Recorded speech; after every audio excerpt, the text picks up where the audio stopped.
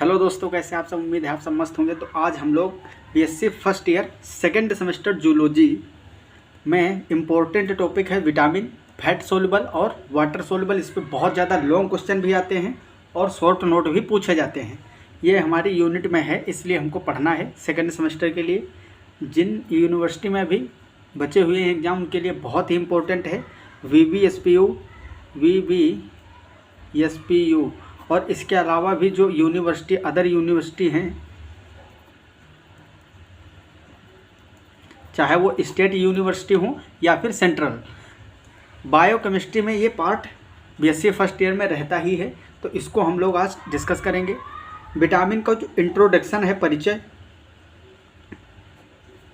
Introduction इस पे, और क्लासिफिकेशन एंड क्लासिफिकेशन, इस पे एक लेक्चर ऑलरेडी अपलोड है। आप लोग अगर नहीं देखे हो तो इसको देख लीजिए, वहाँ से आपका क्लियर हो जाएगा, सेट हो जाएगा एकदम। फ्लो चार्ट भी उसमें मैंने बनवाया था और इंट्रोडक्शन, डिफिनेशन वगैरह बताया था, जो कि शॉर्ट में 2 नंबर में क्वेश्चन आता है, तो ये भी ज़रूरी है। फिर हम बात किए थे फैट सोल्यूबल विटामिन की, वसा घुलित विटामिन। इसमें हम पहला तो विटामिन डी और विटामिन ए, ये 2 विटामिन इससे पहले कंप्लीट हो चुके हैं। अलग अलग लेक्चर इसके मिल जाएंगे आपको। विटामिन ए और विटामिन डी, ये 2 फैट सोल्यूबल कंप्लीट हो गए थे। इसके अलावा फैट सोल्यूबल में 2 विटामिन बचे हुए हैं, तो उन दोनों विटामिनों को आज हम पढ़ेंगे। और जो वाटर सोल्यूबल है, विटामिन बी कॉम्प्लेक्स और विटामिन सी, उनको भी पढ़ेंगे। तो फैट सोल्यूबल में तीसरा विटामिन था विटामिन के।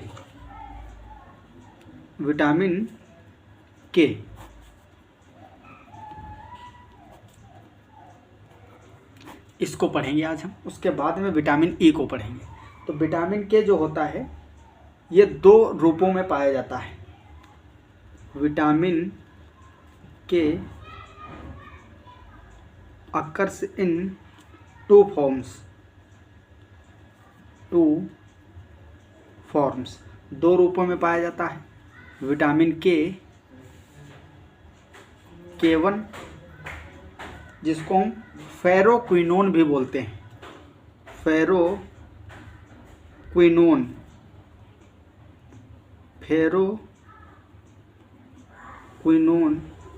बोलते हैं। और सेकंड होता है, इसका दूसरा रूप है विटामिन K2, जिसको हम फाइलोक्विनोन बोलते हैं, फाइलोक्विनोन। ठीक है, तो इस तरह से फाइलोक्विनोन ये 2 रूपों में पाया जाता है। इसका मेनली काम क्या होता है? Both of these contains one, ये जो दोनों होते हैं, बोथ कंटेन्स 2-methyl 1,4 नेफ्थोक्विनोन। ये स्ट्रक्चर होता है। नेफ्थलीन आप पढ़े होंगे, नेफ्थोक्विनोन भी पढ़े होंगे। ठीक है, तो जो नेफ्थोन होता है उसी का डेरिवेटिव है। दोनों, चाहे विटामिन K1 हो फेरोक्विनोन या फिर K2 फाइलोक्विनोन, इन दोनों के स्ट्रक्चर में आपको 2-methyl 1,4 नेफ्थोक्विनोन का जो रिंग होती है, वो देखने को दोनों में मिलेगी। K1 और K2, ferroquinone and phylloquinone, both contains 2-methyl 1,4 naphthoquinone, इनके स्ट्रक्चर में प्रेजेंट होगा। अगर हम स्ट्रक्चर की बात करें तो इसमें एक तो बेंजीन रिंग होगी इस तरह से। अब ये नेफ्थोक्विनोन का स्ट्रक्चर आप लोग केमिस्ट्री में इस तरह से पढ़े भी हों। यहाँ पे मेथिल ग्रुप होगा 2-methyl 1 2 3 4, तो ये 1 पे और 4 पे क्या है? नेफ्थोक्विनोन। ठीक है, और ये क्या है? मेथिल 2 नंबर पे, 1 2 3 और 4। इसके जो 3 पोजीशन है, थर्ड कार्बन, यहाँ से एक कार्बन की चेन लगी होती है, CH2 CH2 और CH, यहाँ पे मेथिल लगा होगा और CH2 का होल ट्वाइस, आगे CH2 का होल ट्वाइस, फिर CH3 और CH3। इस तरह से इसका विटामिन के का पूरा स्ट्रक्चर होता है। यह है 2 मिथाइल 1,4 नेफ्थोक्विनोन, 2 मेथिल 1,4 नेफ्थोक्विनोन, 2 मेथिल 1,4 नेफ्थोक्विनोन। विटामिन के इसका जो मेन इम्पोर्टेंट रोल होता है वो ब्लड कोएगुलेशन में होता है। तो हम लिख सकते हैं vitamin K plays important role in blood coagulation, मतलब थक्का जमाने में, रक्त का थक्का बनाने में इसका बहुत ही ज़्यादा महत्वपूर्ण योगदान होता है। इसकी जो डिफिशियंसी है, कमी, विटामिन के की कमी, इसकी कमी से अगर इसकी कंसंट्रेशन कम है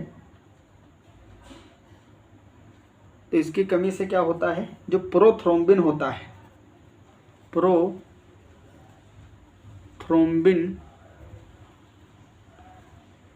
एंड फैक्टर 7, ये सब फैक्टर किसके हैं, ब्लड कोएगुलेशन में जो 13 फैक्टर भाग लेते हैं उसी में फैक्टर, जो 7वां फैक्टर होता है और 9th वाला फैक्टर एंड 10th फैक्टर, इनका भी कंसंट्रेशन कम हो जाता है। क्या हो जाता है, 10th concentration are decreases in liver. अगर विटामिन के की मात्रा कम हुई, इसकी कमी हुई, तो प्रोथ्रोम्बिन फैक्टर 7th 9th और 10th concentration are decreases in liver, liver में इसका फॉर्मेशन जो है कम हो जाता है, क्योंकि प्रोथ्रोम्बिन 7th 8th और 10th जो फैक्टर होते हैं ये ब्लड कोएगुलेशन के लिए रिस्पॉन्सिबल होते हैं, लीवर में इनका फॉर्मेशन होता है। जब विटामिन के कम होगा तो इनका फॉर्मेशन नहीं होगा, इसलिए इनकी मात्रा कम हो जाती है और रक्त का थक्का बनने में बहुत ज़्यादा टाइम लग जाता है। इसके डिफिशियंसी से क्या होता है, क्लोटिंग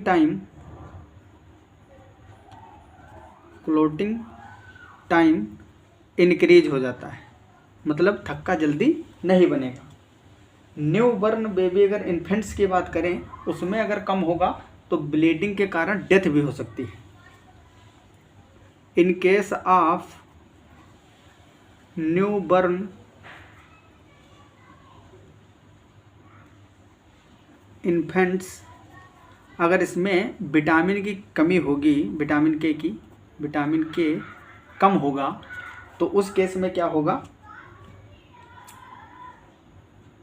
ब्लीडिंग के कारण डेथ भी हो सकती है,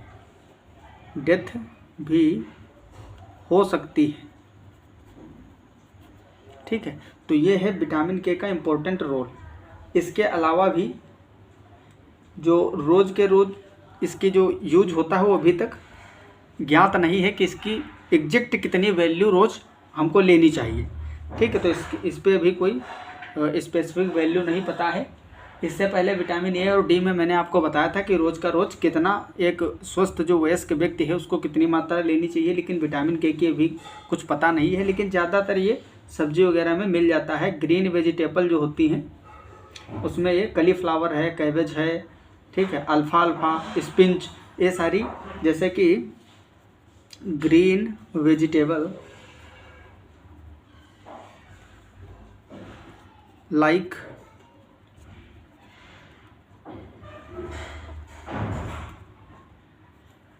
कॉलीफ्लावर हो गया,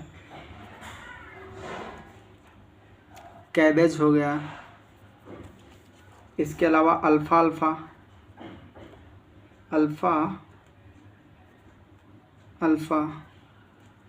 इनमें ज़्यादातर ये देखने को मिलता है। और बाकी जो हमारे इंटेस्टाइन में बैक्टीरिया होते हैं, द इंटेस्टाइनल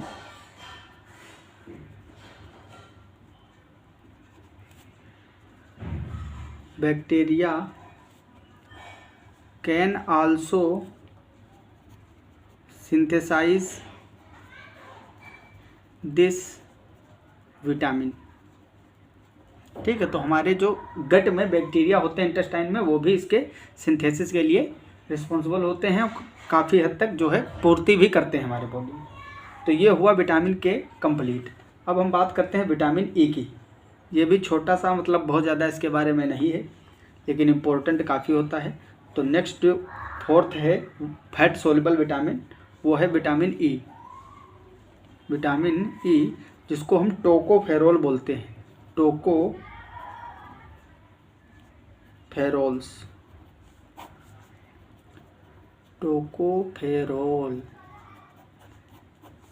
विटामिन ई जो होता है ये 3 टाइप के होते हैं। There are 3 types.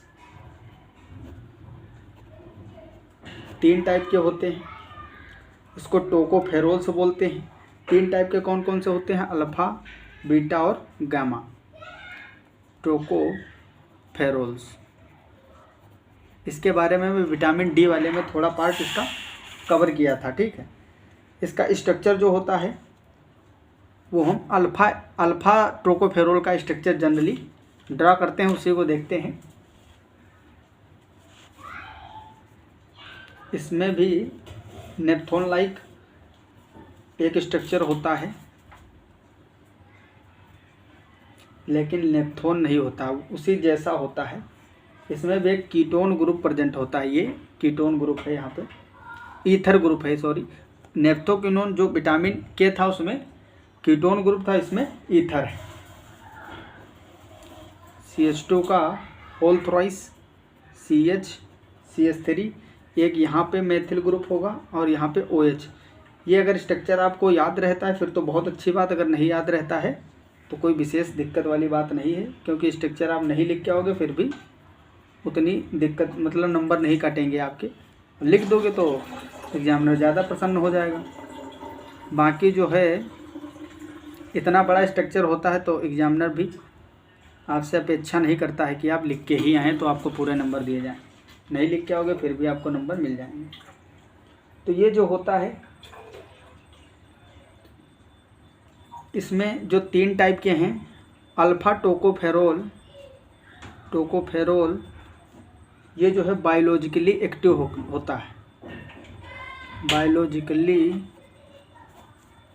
एक्टिव पाया गया है, सक्रिय होता है, इसलिए हम ज़्यादातर इसी पे अपना शोध करते हैं।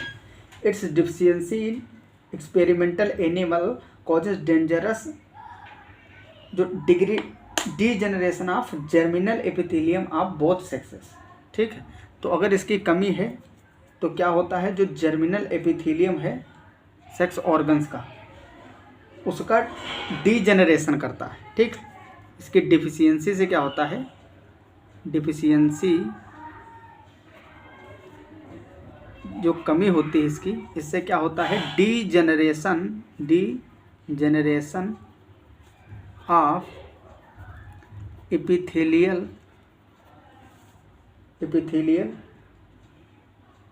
जर्मिनल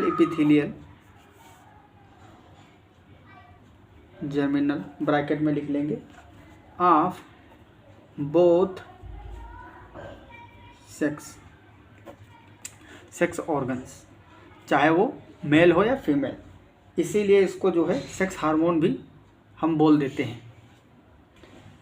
इन मेल, अगर मेल के केस में बोला जाए तो इसका काम क्या होता है, इन मेल में अगर इसकी कमी हुई तो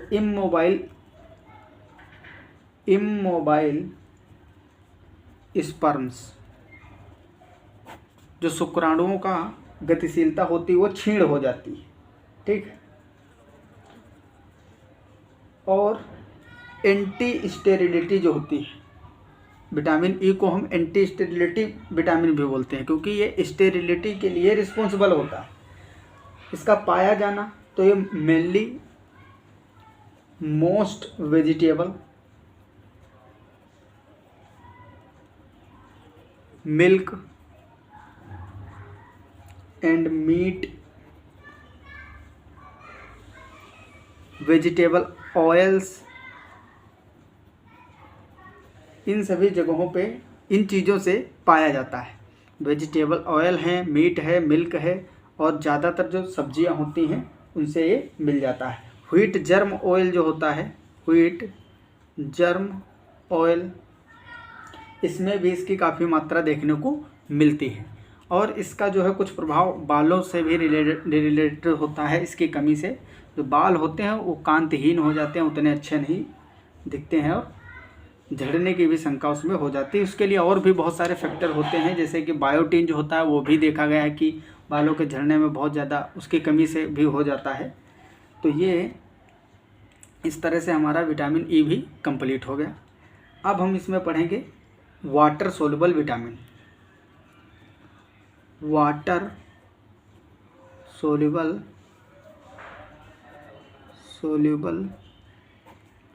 विटामिन, जल घुलनशील, जल घुलित विटामिन, जो जल में घुलनशील विटामिन है उसके बारे में पढ़ेंगे।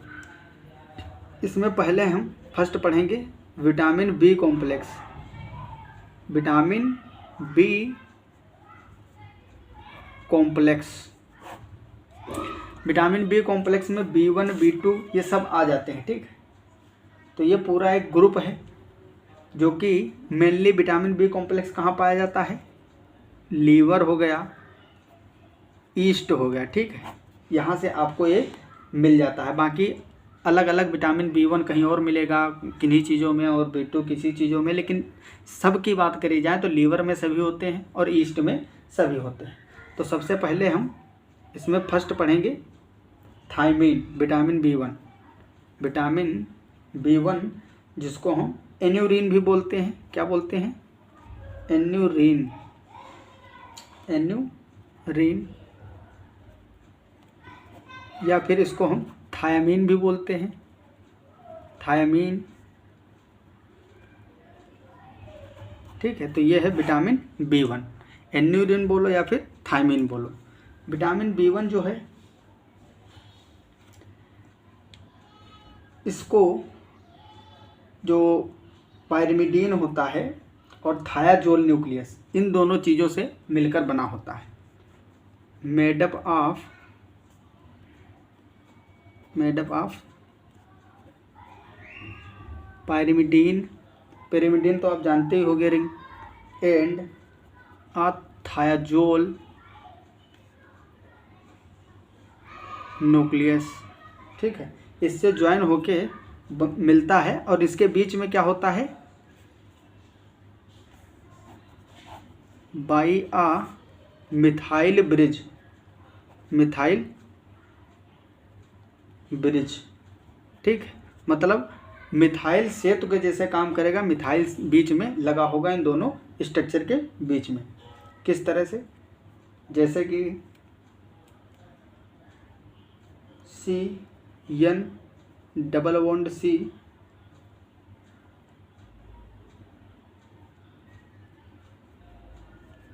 यहाँ पे मेथिल ग्रुप होगा, और ये CH3 इस रिंग को यहाँ पे जोड़ देगा। तो इन दोनों मॉलिक्यूल के बीच में मेथिल जो है सेतु का काम करता है। CH2OH, और यहाँ पे क्लोरीन लगता है एक, और ये मेथिल ग्रुप। ये तुम्हारी पायरिमिडीन रिंग हो गई।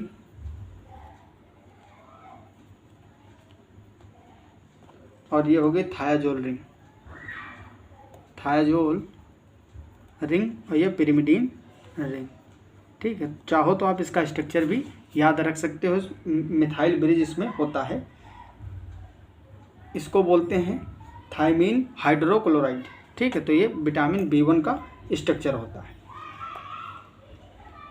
थायमीन पायरोफॉस्फेट आप लोग सुने होंगे नाम, क्योंकि जो थायमीन होता है वो फास्फोराइलेटेड होकर ATP के साथ में एक फास्फोएस्टर बनाता है, जिसको बोलते हैं थायमीन फास्फोएस्टर या thiamine pyrophosphate. Thiamine is phosphorylated with ATP to form a pyrophosphate ester, जिसको हम क्या बोलते हैं, थायमीन पायरोफॉस्फेट। क्या बोलते हैं, थायमीन पायरोफॉस्फेट। ये इसके अलावा भी बहुत सारी चीज़ों में इस यूज किया जाता है। कार्बोहाइड्रेट के मेटाबॉलिज्म में बहुत ही इम्पोर्टेंट रोल ये प्ले करता है। डीकार्बोक्सिलेशन जो होता है पायरुविक एसिड के फॉर्मेशन के दौरान, को कार्बोक्सिलेज और कार्बोक्सिलेज के जैसे भी ये काम करता है। लिपोइक एसिड के साथ में ये जुड़ के एक प्रोस्थेटिक ग्रुप बनाता है, जिसको को कार्बोक्सिलेज बोलते हैं।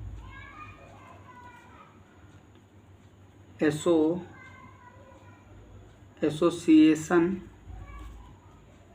With lipoic acid forms the prosthetic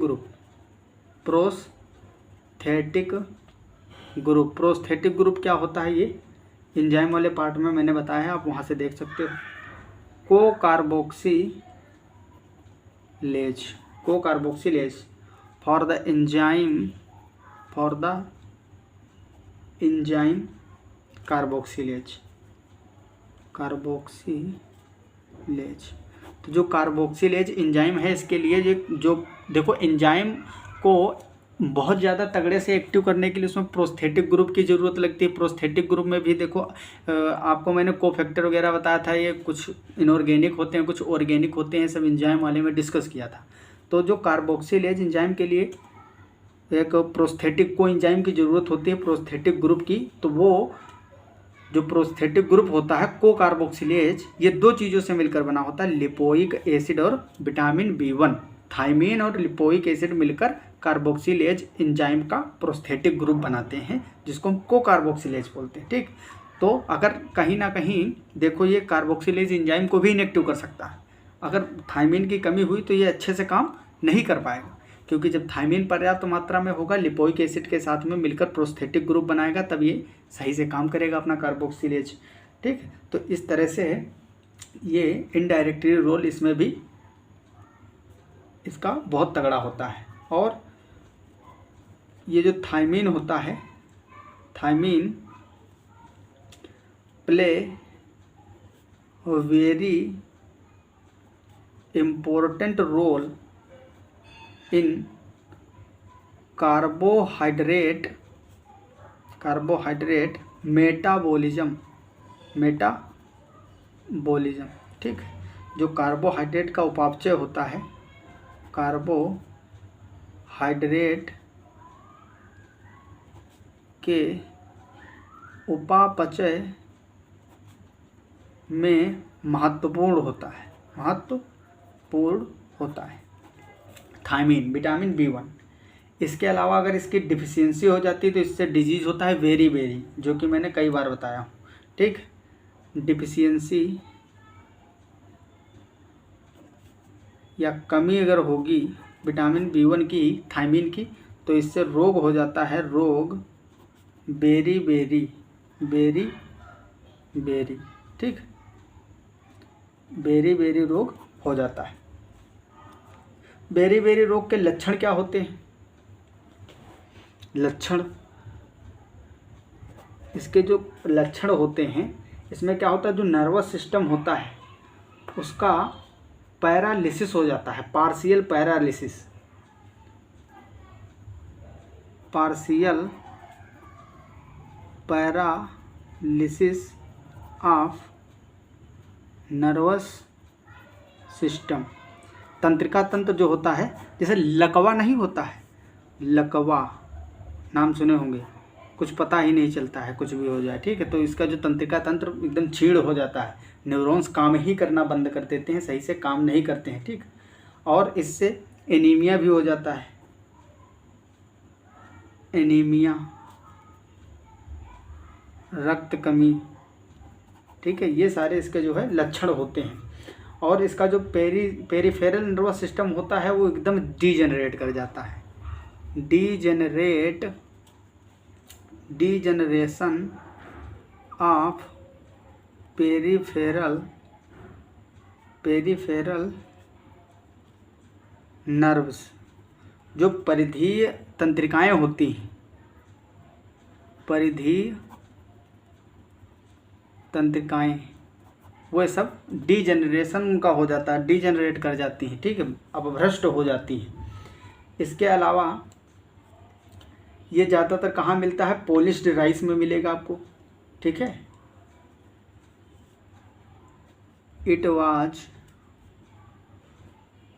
found that it occurred in individuals eating polished rice। ये डिजीज किस में मिलेगा, पॉलिश्ड राइस, जो व्यक्ति खाते हैं, ठीक है। अब बात करते हैं कि नॉर्मल पर्सन में कितनी ज़रूरत होती है इसकी। अगर एक नॉर्मल पर्सन है, वयस्क मतलब मैच्योर व्यक्ति है 18 से ऊपर, तो उसके लिए कितनी ज़रूरत होती है, नीड अबाउट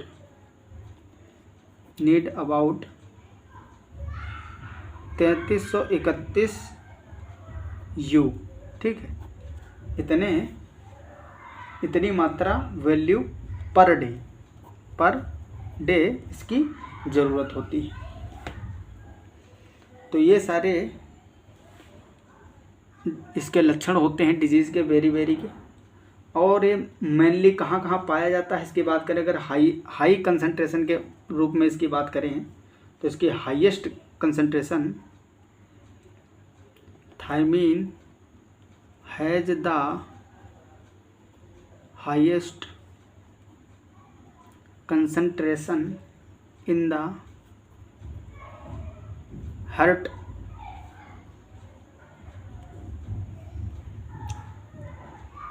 followed by जैसे कि लीवर हो गया, किडनी हो गया एंड ब्रेन। तो ये बड़े ही इम्पोर्टेंट पार्ट है, समझ रहे हो। इसीलिए अगर विटामिन B1 की कमी है, बी कॉम्प्लेक्स की कमी है, तो बहुत ही दिक्कत हो सकती है। It is also present in nuts, जो नट होते हैं जैसे मूंगफली है, अखरोट है, और बादाम हो गया, काजू हो गया, इन सब चीज़ों में नट में पाया जाता है, ठीक है, काफ़ी मात्रा में। सब्जियां हो गई, पल्स हो गए, दालें जो हम खाते हैं, एंड ईस्ट में तो मैंने बताया था बी कॉम्प्लेक्स के जितने भी हैं, विटामिन B1 B2 B3 हो गया, B5 हो गया, B6 सब पाए जाते हैं, B12 तक। इसके अलावा अगर बात करें इसकी, तो और कहाँ ये पाया जाता है,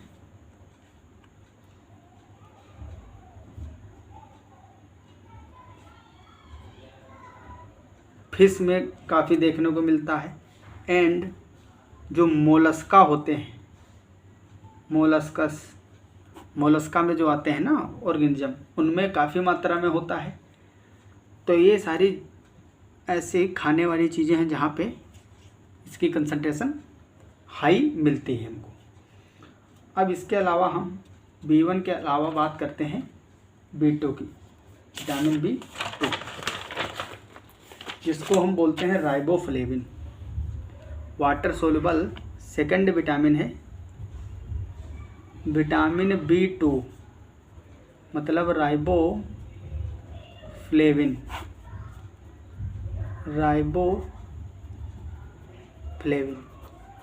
आज विटामिन ख़त्म पूरे करेंगे, जितने भी हैं पूरे कंप्लीट करेंगे।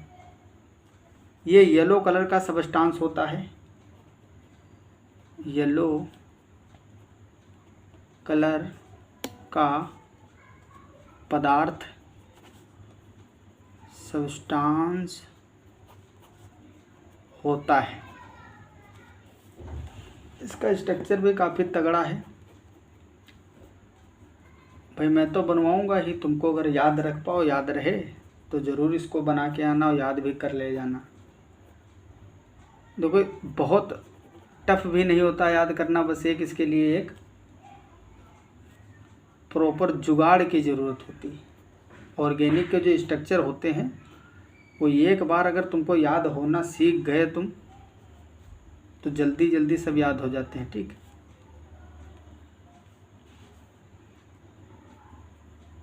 और ये आता तभी है याद करना जब आप खूब अच्छे से ऑर्गेनिक को पढ़े होते हैं। जब ऑर्गेनिक केमिस्ट्री अच्छे से पढ़ोगे, ये ऊपर OH है, नीचे ये लगा हुआ है, इस तरह से इसका स्ट्रक्चर होता है राइबोफ्लेविन का। Riboflavin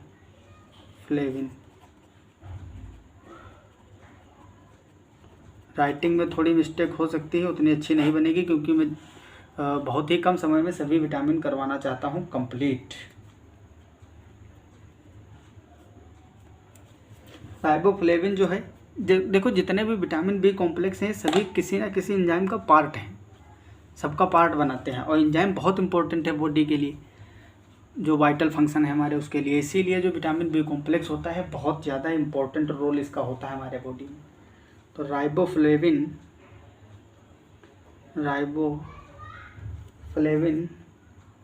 is a component of all oxidative enzymes called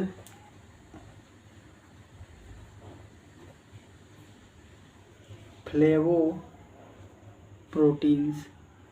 ये जो फ्लेवोप्रोटीन्स, प्रोटीन के ही तो एंजाइम बने होते हैं सब। देखो प्रोटीन के एंजाइम बने होते हैं, अब प्रोटीन में विटामिन भी पार्ट मिल गया तो एक एंजाइम बनके तैयार हो जाता है। ये जितने भी ऑक्सीडेटिव टाइप के एंजाइम होते हैं, ऑक्सीडेशन में काम लेते हैं ये सब, इसमें जो है कोफैक्टर के जैसे, कोएंजाइम के जैसे राइबोफ्लेविन यूज होता है। which consist of a coenzyme flavin adenine dinucleotide. आप समझ में आ गया होगा ना। FAD नाम सुन सुन के एकदम थक गए हो तुम। FAD जो होता है, ये कितने सारे प्रोटीन में, एंजाइम में भाग लेता है ऑक्सीडेशन के समय।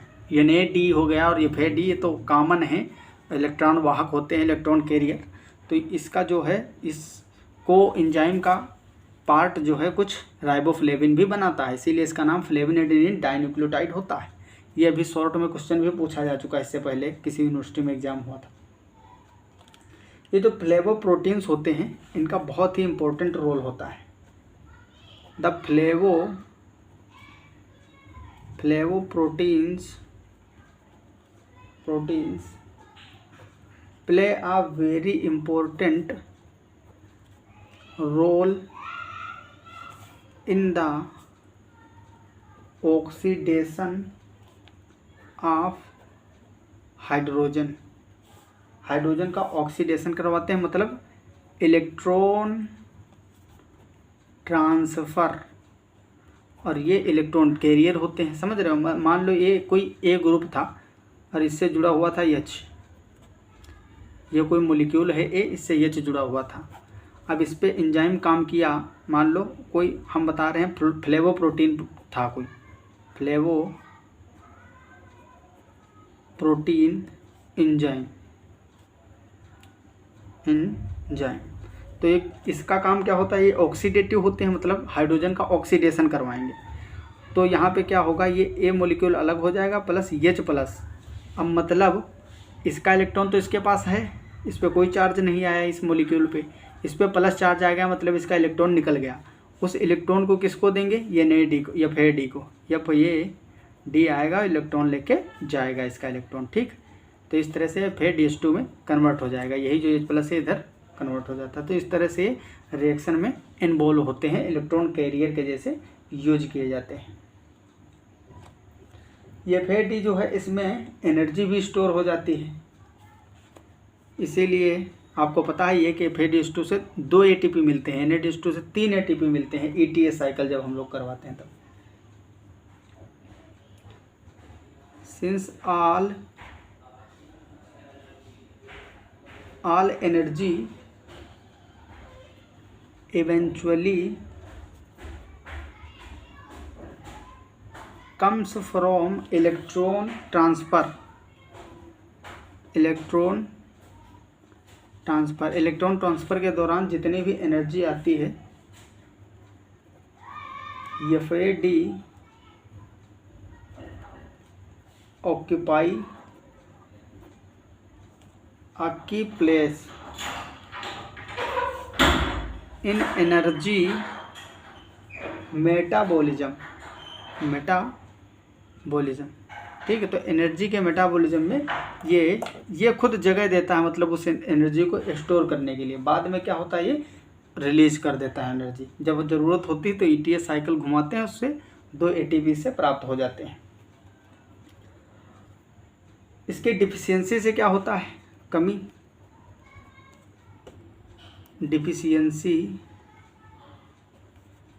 अगर कमी हो जाए विटामिन B2 की, तब क्या होगा,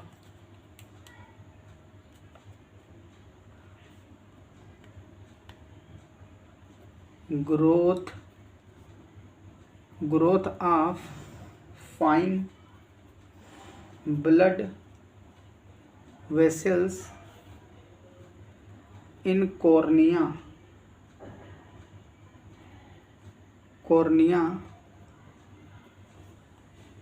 which give it a bloodshot appearance and the eyes become फोटोफोबिक। तो इसका परीक्षण भी, मतलब डॉक्टर जो होते हैं बाहर से ही जान जाते हैं, कोई विशेष जांच की ज़रूरत नहीं रहती। स्किन जो होती है स्केली हो जाती है, स्किन बिकम स्केली, ये भी इम्पोर्टेंट फीचर है इसका। लिप्स जो होते हैं रेड हो जाते हैं और क्रैक हो जाते हैं, मतलब जानते ही हो, होठ फट जाते हैं हल्का हल्का उस पर। तो जो लिप्स होते हैं बिकम रेड एंड क्रैक्ड। टंग जो होते हैं इनलार्ज हो जाती है, जिह्वा, टंग इनलार्ज्ड।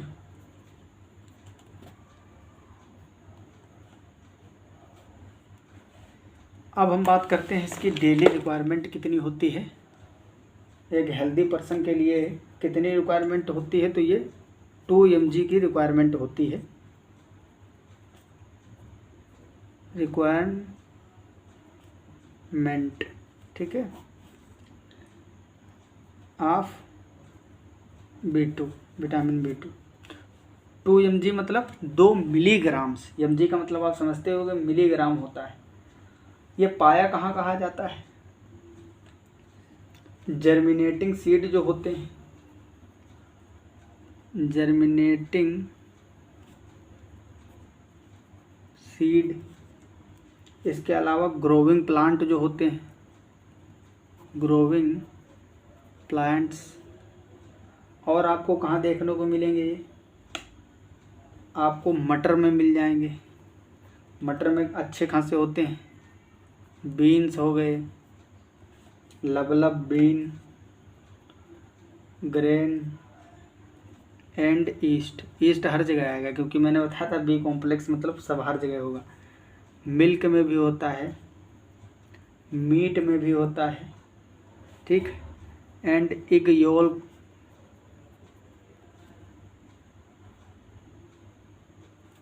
और राइस में भी इसकी मात्रा देखने को मिलती है। तो ये कुछ ऐसी खाने योग्य चीज़ें हैं जिसमें विटामिन B2 प्रेजेंट होता है अच्छी खासी मात्रा में। अब हम बात करते हैं इसमें जो थर्ड विटामिन है हमारा वाटर सोल्यूबल में, वो है नियासिन। विटामिन B3 जिसको हम बोलते हैं नियासिन।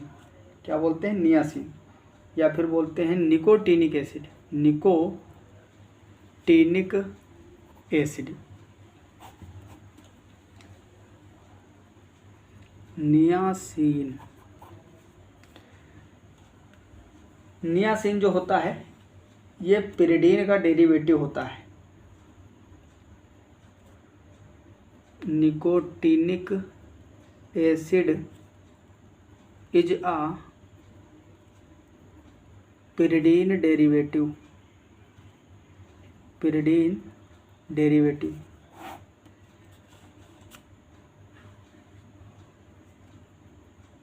पिरिडीन का आप लोग स्ट्रक्चर जानते ही हो, उसी में थोड़ा सा मॉडिफिकेशन आ जाता है। CH डबल बॉन्ड, यहाँ पे जो H हट के यहाँ पे कार्बोक्सिलिक ग्रुप लग जाता है, और ये क्या है हमारा CH डबल बॉन्ड। तो ये तो पिरिडीन ही स्ट्रक्चर होता है, मतलब बेंजीन रिंग जो होती है single bond double bond benzene में भी होते हैं, और एक नाइट्रोजन आ जाता है रिंग के अंदर। बस ये जो पार्ट है हाइड्रोजन को हटा के यहाँ कार्बोक्सिलिक ग्रुप लगा दिया गया, ये बन जाता है निकोटीनिक एसिड। Nicotinic acid. इसके अलावा निकोटीनिक एसिड अमाइड भी बन जाता है। अगर इसकी हम अमोनिया लाइक स्ट्रक्चर से रिएक्शन करवा दें अमोनिया से, तो यहाँ एसिड बेस रिएक्शन हो जाती है, जिससे क्या बन जाता है? अमाइड बन जाता है, ठीक। उसको भी हम बना देते हैं। यहाँ पे double bond double bond double bond, यहाँ पे होगा CO। इस O को हम यहाँ बना देते हैं C डबल बॉन्ड O और NH2। ये होता है nicotine acid, nicotinic acid amide. ये अमाइड ग्रुप जुड़ गया है ना इसमें, इसलिए इसको बोलते हैं निकोटीनिक एसिड अमाइड। ये क्या करता है? The amide of nicotinic acid, nicotinic acid combine with 1 molecule each of adenine and a pentose and phosphate group to form nicotinamide adenine dinucleotide। Nicotinamide adenine dinucleotide, dinucleotide, जिसको हम NAD बोलते हैं, nicotinamide adenine dinucleotide. अब ये कितना important है आपको पता ही है। डिहाइड्रोजिनेज एंजाइम जितने भी होते हैं हर जगह काम आता है। NAD is a dehydrogenase of extreme important in metabolism। पूछो ही मत कि मेटाबॉलिज्म जो होता है वो उपापचय में इसका कितना रोल है, बहुत बड़ा रोल प्ले करता है, आपको पता भी है।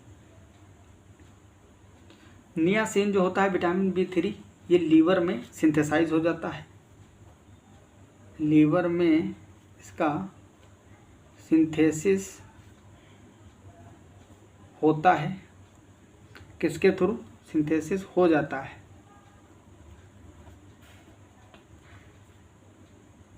एक अमीनो एसिड होता है ट्रिप्टोफैन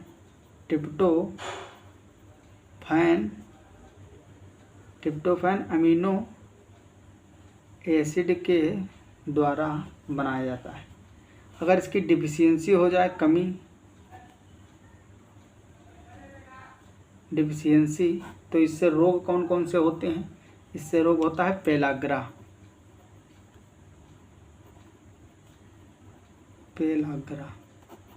ठीक। विटामिन B3 नियासिन की कमी से पेलाग्रा होता है।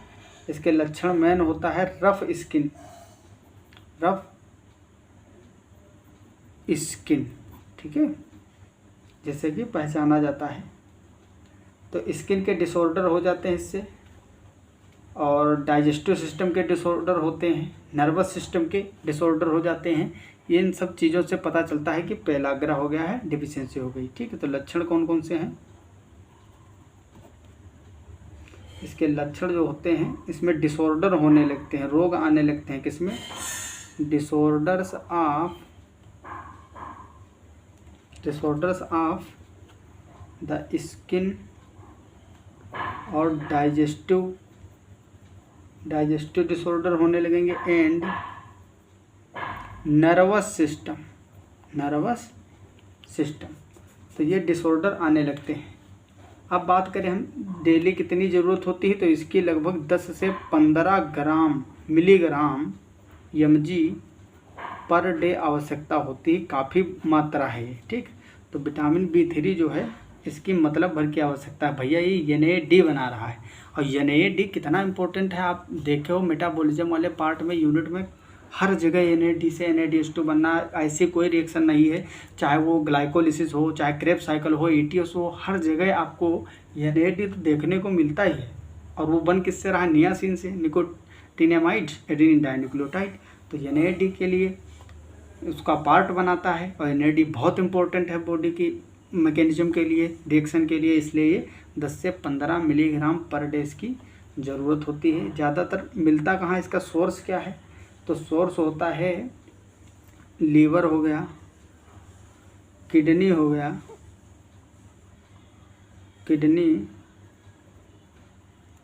इसके अलावा ईस्ट तो आएगा ही, विटामिन जितने भी हैं भी, व्हीट हो गया, ग्रीन वेजिटेबल जो होते हैं, ग्रीन वेजिटेबल,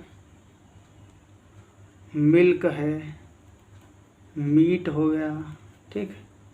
इन चीज़ों में ये प्रेजेंट होता है, ज़्यादातर अच्छी खासी मात्रा होती है। तो इनमें से वेजिटेबल, व्हीट वगैरह तो हम लोग मान लो आटा खाते ही हैं रोज़, इन चीज़ों से हमको मिलता रहता है, इसीलिए हरी सब्जियां खानी चाहिए। हरी सब्जियां देख रहे हो हर जगह ग्रीन वेजिटेबल आ रहा है, सारे विटामिन होते हैं उसमें।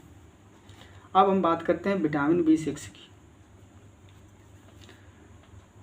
अगला है इसमें विटामिन B6, जिसको बोलते हैं पायरिडॉक्सिन।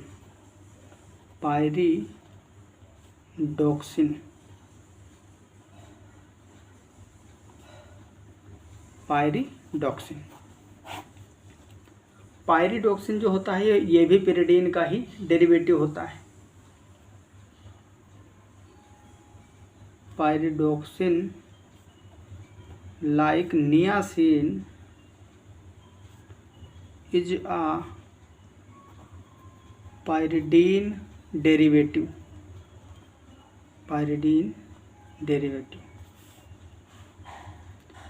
ये जो होता है 3 फॉर्म में पाया जाता है, ठीक, प्रेजेंट इन 3 फॉर्म्स।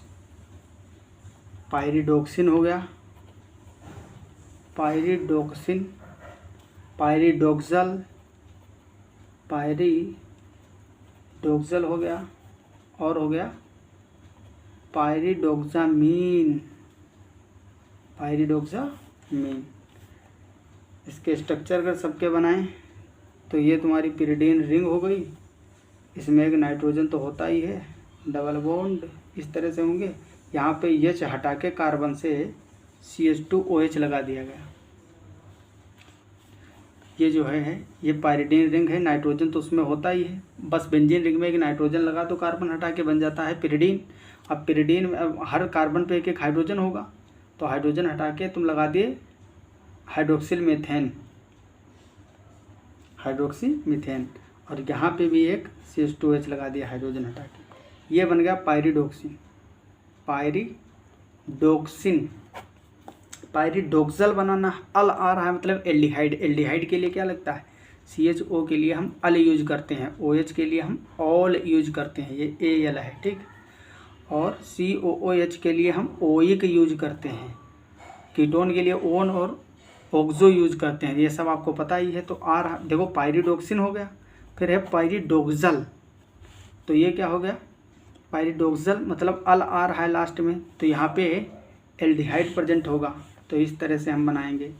ये नाइट्रोजन होगा, इस तरह से डबल बॉन्ड होंगे, यहाँ पे CHO और यहाँ CH2OH, ये बन गया पायरिडोक्सल, पायरिडोक्सल। अब है पायरिडोक्सामीन, जो तीसरा फॉर्म है, तो इसमें अमीन आ रहा है, आप समझ ही रहे हो। यहाँ पे नाइट्रोजन, इस तरह से डबल बॉन्ड CH2OH, यहाँ पे आप बना दो CH2NH2। तो भैया इस विटामिन का तो स्ट्रक्चर याद ही कर ले जाना, क्योंकि ये आ जाए तो फिर इसको तो छोड़ना ही नहीं है। आसान है, फिर भी हम डायग्राम में बना दोगे तो थोड़ा एग्जामिनर और ज़्यादा खुश हो जाएगा और अच्छे नंबर दे देगा। ये पायरिडोक्सामीन, ये तीनों फॉर्म हो गए विटामिन B6 के। ये जो है ट्रांस एमिनेज एंजाइम के कोएंजाइम होते हैं। Vitamin B6 forms coenzyme for trans